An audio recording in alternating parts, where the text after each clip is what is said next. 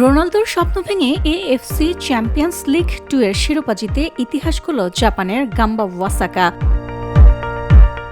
রিয়ালের আল আওয়াল পার্ক স্টেডিয়ামে অনুষ্ঠিত ফাইনালে সৌদি ক্লাব আল নাসরকে 1-0 গোলে হারিয়ে চ্যাম্পিয়ন হয়েছে জাপানিজ জায়ান্টরা। ম্যাচের 30 মিনিটে দেনিস হুম্মেদের করা একমাত্র গোলেই নির্ধারিত হয় ভাগ্য।